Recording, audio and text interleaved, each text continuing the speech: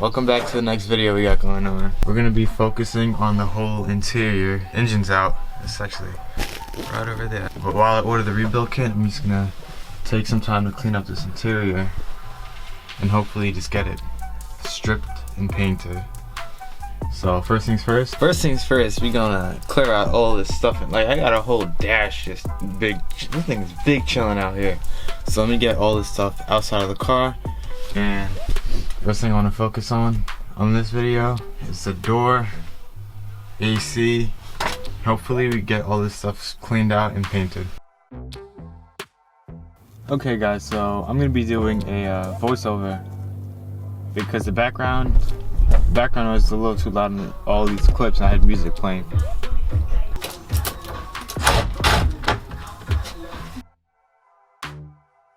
Alright, so this is the condition of the whole interior before I started working on it.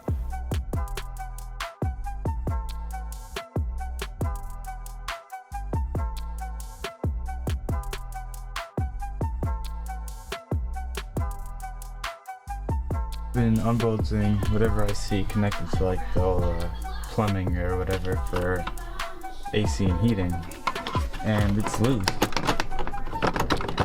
But it looks like there's no clearance to actually back it out. I have to drop the steering wheel, so there's 2 bolts. I'll show you later on. Drop that, undo the wiring, and unbolt this right here.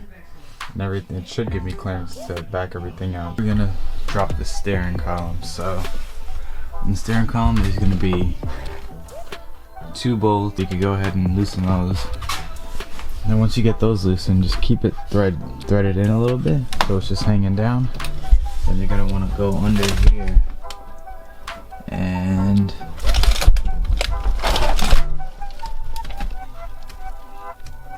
loosen those 2 all the way. Just gonna support this with my hand, thread those down, and the whole assembly should drop down.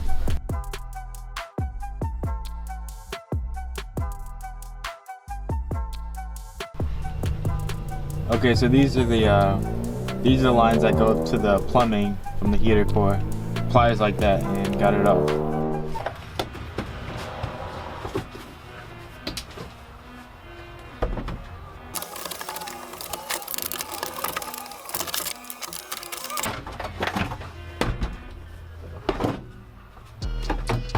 Basically, what you have to do is just unbolt whatever you see that's connected to the plumbing and just undo it. At this point, I had the child safety lock, or I think I had the door lock, and I couldn't get it open. I didn't even know. I thought the door was broken, to be honest with you. So for like a hot minute, I think the rest of the day, I started going through the passenger side door like a dumbass.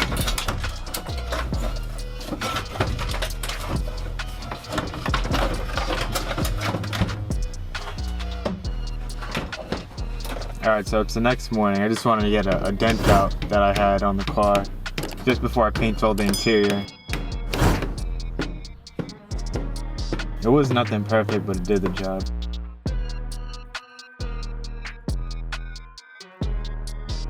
You could see closely how the actual brace where the steering column is crooked.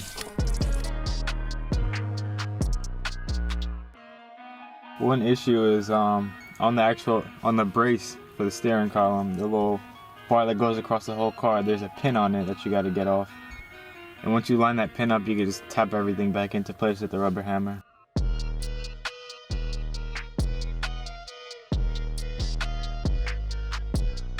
So basically, changing out the sandpaper, there's still sound deadening on the car because I didn't use dry ice. I just took a chisel, which is, I don't recommend. I recommend dry ice, but there's still pieces of sound deadening left in the car, so I went to get 40 grit sandpaper, and hopefully with the sander I was able to get it off, but it really didn't work out. It was also on the seams. It was buildup in the seams of I don't even know what, so what I decided to do was just get some type of solvent. What worked best for me was a degreaser or Windex, and I just loaded everything up in a spray bottle, sprayed it up. I agitated it with the brass wire brush, and just went over with the cloth and it would just come right out.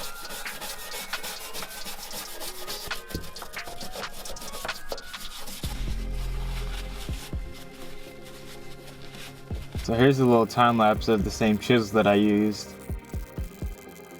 Still pieces of sound deadening left in the car.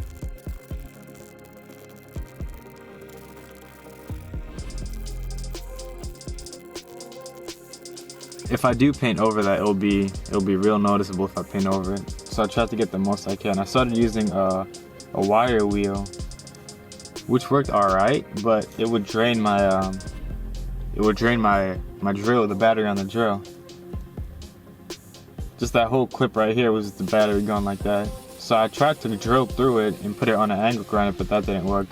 So I ended up just buying a flat disc, which is 40 grit, and I used 2 of them, but if you're doing the whole car, I would recommend using 4. There's just a little time lapse of me going at it. It would bring it down to metal, it would bring it down to bare metal, but it won't cut through the metal, which is good, why I liked it. Only problem was the buildup of sound deadening would ruin the flat disc.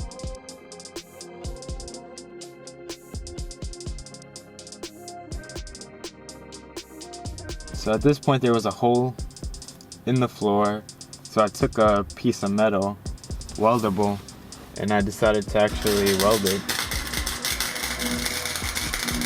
It didn't really work out. My dumbass ended up putting a hole in the floor, so I gave up on that and just went back to sanding. Once I got everything down to bare metal, or most of the sound deadening off, I used a scuff pad. I would recommend not using the sander. It's better off not using the sander for the scuff pad.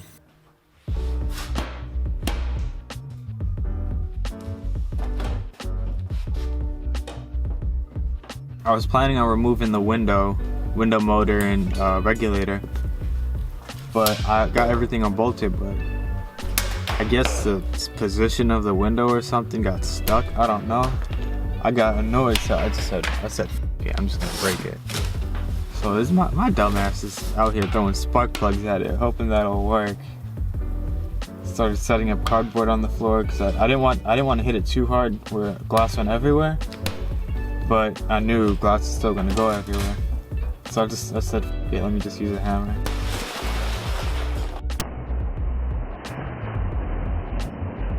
So next day I'm going back to that hole that I had on the floor. Still need to get it patched, so I was gonna use that same piece of metal. And I got, you'll see that little flat, it's like a flat sheet of metal, kind of like, it's real flexible. I just put that on top of it and put Bondo as a temporary thing for now. And I went over to paint over it. You could see the before of the grime on the car. This all on the seam seals. And after I went with it, that's after the degreaser and the brass brush. For the metal, on the actual body of the car, I would use the steel wire brush, and then brass for the seams, on the rubber seams. So that's just me painting. I didn't want to record because this is an expensive camera. I didn't want to get paint on it, you know what I mean? But it came out pretty nice. It was hard because it was cold that night. It was windy and I was outside, but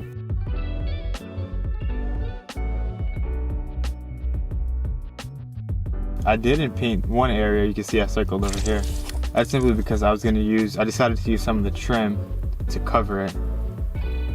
So I had to just paint the trim and it'll just snap right on top of it, so you won't even notice I didn't even paint that area. And when it comes to painting, it was cold, but I would highly recommend using a heat gun. Heating up the surface. First of all, actually, no. Clean everything off.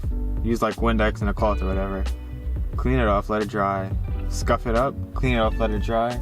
Heat gun, spray a coat. Heat gun, spray a coat. This was an all-in-one shot. It's a time lapse, so I had waited like 10-15 minutes between each coat.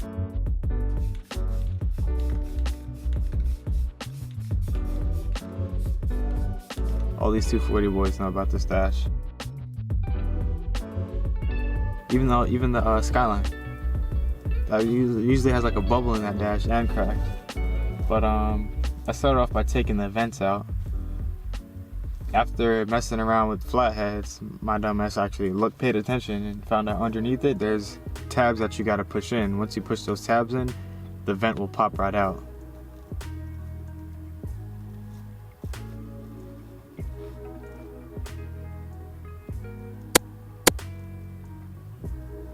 I'm just undoing all the wiring from the dash. I'm not planning on reusing it, so I just ended up cutting it and throwing it out. I kept the brackets for the glove box because I'm going to be using the glove box. I just don't care about the lights and all that. The foam on there, being that there's going to be glue applied, I went with a little scraper and just got all the loose foam off of it just in case my fabric sticks to it and it won't hold. I just got rid of whatever was loose on there. Got the vent out, of course. Made sure to drill the vent out. You don't want to cover the vent and get fucked over later on. Then you got to redo everything. So this is a step I don't really think was necessary, but I just did it anyways. I used Bondo to fill in the cracks on the dash. But with the fabric that I was using, I bought fleece, black fleece, and I got 3M spray. I feel like if I didn't Bondo or not, it still would have come out the same way. You wouldn't have seen the cracks, but I mean, personally, I just did it just to be safe. I don't want to, apply all that 3M, apply the fleece, and then it doesn't stick. Or it sticks and you still see the crack, you know what I mean? So I just played it safe and used the Bondo. Ended up sanding it, making it flush with the surface. Then I went over it with Windex. I've been using Windex for everything on this car. It works as a degreaser for some reason. It works as everything. Cleans glass. No sh**. But I just cleaned up the dash with it. Got all the little dust off from the Bondo. And I laid down some fleece. Now, one thing when it comes to laying down the fleece,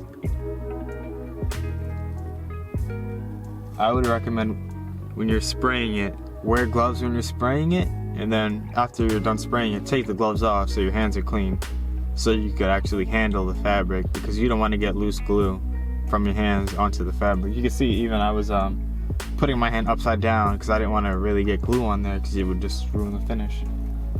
It was tricky. It took me about 3 hours to wrap it. This is just a time lapse, but a lot of it I didn't really record, so I was getting frustrated. But where I would stretch it, I would have to cut, and you would still see the cut throughout the dash. So I would cut out like a square of fabric, place it as a first layer, and then put the second layer of fleece on top. You would obviously see that it was cut, but it's not like you're gonna see the actual dash. You'll see fleece under fleece, you know what I mean? So it ended up working good. I just tucked in all the corners. I just tried my best to hide everything in there. One problem was gotta make sure to put a hole where all the mounting points are, because it's actually a pain. I don't know if it was my scissors are retarded or what, but that shit was not cutting, Ended up installing the dash and everything worked out fine.